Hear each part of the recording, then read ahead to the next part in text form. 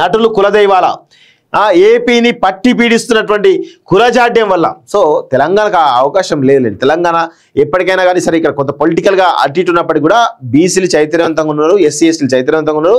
ఈరోజు వాళ్ళందరినీ కూడా గట్టినే వేస్తారు, గుర్తుపెట్టుకోండి. ఏపీని పట్టి పీడిస్తున్న కులజాడ్యం వల్ల సమస్య కానిది కూడా సమస్యగా మారుతుంది. టీడీపీ ఎమ్మెల్యే నందమూరి బాలకృష్ణ నిండు సభలో ప్రవర్తించే తీరును తప్పుపట్టాలి. బాలకృష్ణ శాసనసభకు ఎన్నికవడం ఇది మొదటిసారి కాదు, మూడో పర్యం. సభ మర్యాదల గురించి ఆయనకు తెలియంది అనుకోగలమా? చలువ కళ్ళద్దాలను తలపైకి నెట్టి 2 జేబులలో చేతులు పెట్టుకొని ఆయన మాట్లాడడం సభ మర్యాదలు ఉల్లంఘించడమే. జగన్మోహన్ రెడ్డిని పరోక్షంగా సైకోగాడు అని వ్యాఖ్యానించారు. నిండు సభలో సహచర సభ్యుడిని సైకోగాడు అనడం ఖచ్చితంగా అభ్యంతరకరమే.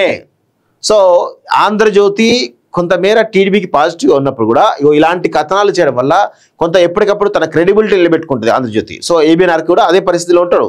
సో ఇప్పుడు చూడండి, సభానాయకుడైన సీఎం చంద్రబాబు చొరవ తీసుకొని బాలకృష్ణ సరిదిద్ది ఉండవలసింది. ఇవేమీ జరగకపోగా చిరంజీవిని ఉద్దేశించి బాలకృష్ణ అవమానకరంగా మాట్లాడుతూ ప్రచారం జరిగింది. ఇంకేముంది, కులాల కుంపట్లు రాజుకున్నాయి.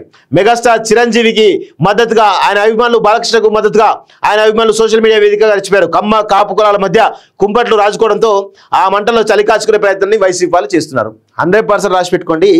రేపటి రోజున చంద్రబాబు కమ్మ కులం, జగన్మోహన్ రెడ్డి రెడ్డి కులం, అటు పవన్ కళ్యాణ్ రూపంలో కాపు కులం, వీళ్ళందరూ కలిసి ఈ 3 కులాల మధ్య కొట్లాటనే ఆంధ్రప్రదేశ్ కొట్లాటగా తీర్చిదేసి ప్రజలని ఎప్పటికప్పుడు మోసం చేస్తూనే ఉంటారు ఈ దుర్మార్గులు.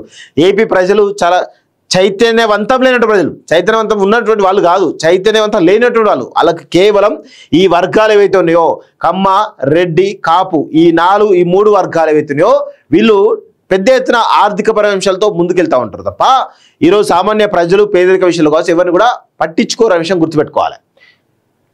సీఎం కుర్చీ కోసం 3 కులాల మధ్య మొదలైన ఆధిపత్య పోరు ఇప్పుడు 3 కుటుంబాల మధ్య కేంద్రీకృతమైంది.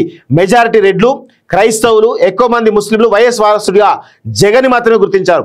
కమ్మవారు చంద్రబాబు కుటుంబానికి సంఘీభావం ప్రకటించారు. కాపులు తమ సామాజిక వర్గానికి ఏకైక ప్రతినిధిగా కొనిదెల కుటుంబాన్ని తలకెత్తుకున్నారు. చంద్రబాబు సీఎంగా ఉన్నంతగా మాత్రాన సగటు కమ్మవారికి ఒరిగిందేమిటి? అలాగే జగన్ రెడ్డి సీఎం అయితే రెడ్లు అందరూ లాభపడతారు కదా. పవన్ కళ్యాణ్ ముఖ్యమంత్రి అయితే కాపులో పేదరికం అమాంతం పోదు కదా. ఈ 3 కుటుంబాలకు చెందిన వారు ఇతర కులాల మద్దతు లేకుండా అధికారంలోకి రాగలరా?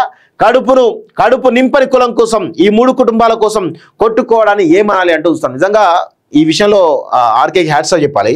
3 కులాల మధ్య జరుగుతున్నటువంటి రాజకీయం ఏ విధంగా జరుగుతూ ఉంది, ఏపీ ప్రజలు ఏ విధంగా మోసపోతా ఉన్నారు అనేటువంటి విషయాల్లో చాలా స్పష్టంగా ఆర్కే చెప్పడం జరిగింది. నటులను నటులుగానే గుర్తించి గౌరవించి అభిమానిస్తే ఏ తంటా ఉండదు. వారిని కులదైవాలుగా ఆరాధించడం వల్లనే సమస్యలు ఉత్పన్నమవుతాయి. నటులు కూడా తమను తాము దైవాంశ సంభూతులుగా భావిస్తున్నారు. ప్రజల్లో వారికి ఉన్నటువంటి క్రేజ్ నటులుగా మాత్రమే అని తెలుసుకోలేకపోతున్నారు. ఎక్కడికి వెళ్ళినా జనం మూగుతుండడంతో రాజకీయంగా కూడా విజయం సాధించామన్నటువంటి భ్రమల్లోకి వెళ్తున్నారు. నటులు కూడా తమ పరిమితులు గుర్తించి ఏపీని పీడిస్తున్న కుల జాడ్యాన్ని రూపుమాపడానికి ప్రముఖ సినీ నటులు నడుంబిస్తే అప్పుడు వారిని హీరోలుగా గుర్తించి సల్యూట్ చేయవచ్చు అంటా ఉన్నాడు. సో ఇప్పుడు సినిమా రంగం ఎవరిది? సినిమా రంగం కమ్మ వాళ్ళది. అందులో కొంత కాపు వర్గం ఉంది, కొంత రెడ్డి వర్గం తక్కువ ఉంది. ఇవన్నీ ఉన్నాయి కదా. అసలు సినిమా రంగం గుప్పిట్లో ఉన్నటువంటి అది కూడా 3 కులాల గుప్పిట్లో ఉన్నది. ఏపీ రాజకీయం ఏ విధంగా 3 కులాల గుప్పిట్లో ఉందో ఇటు సినిమా రంగం కూడా 3 కులాల గుప్పిట్లోనే ఉంది. మరి ఇలాంటి పరిస్థితుల్లో మరి ఆయన ఎంత తెలివిగా మాట్లాడుతున్నారు, సినిమా రంగం గురించి మాట్లాడుతున్నారు. ఏమొస్తారు వాళ్ళు వస్తారా? కులం కాదని వస్తారా? కులమే వాళ్ళకు దైవం. కులం కోసమే ఉంటారు తప్ప దేనికోసం ఉంటారు దుర్మార్గులందరూ కూడా. ఈ ఏపీలో రాజకీయ నాయకులు కావచ్చు, సినిమా రంగంలో ఉన్న వాళ్ళు కావచ్చు, కులం కోసమే పాటుపడతారు తప్ప దేనికోసం పాటుపడరు. గుర్తుపెట్టుకోండి, వాళ్ళంతా ఏకమవుతారు. పార్టీలకు ఖచ్చితంగా అందరూ ఏకమవుతారు. ఎన్టీఆర్ ఫ్యామిలీ ఏకమవుతుంది, నాగార్జున ఫ్యామిలీ ఏకమవుతుంది, వెంకటేష్ ఫ్యామిలీ ఏకమవుతుంది, ఇటు చిరంజీవి ఫ్యామిలీ, వీళ్ళందరూ ఏకమవుతారు. అందరూ కూడా ఎవరి కాలుగా కమ్మ వాళ్ళు ఒకవైపు, కాపు వాళ్ళు ఒకవైపు, రెడ్లు ఒకవైపు, అంతా ఏకమై ఎవరి వాళ్ళు ఉంటారు. ఇంత తరాలు మారుతున్నా కానీ కులం అనేది ఇంకా వేళ్ళునుకొని ఉంది మన సమాజంలో. అది గుర్తుపెట్టుకోవాలి.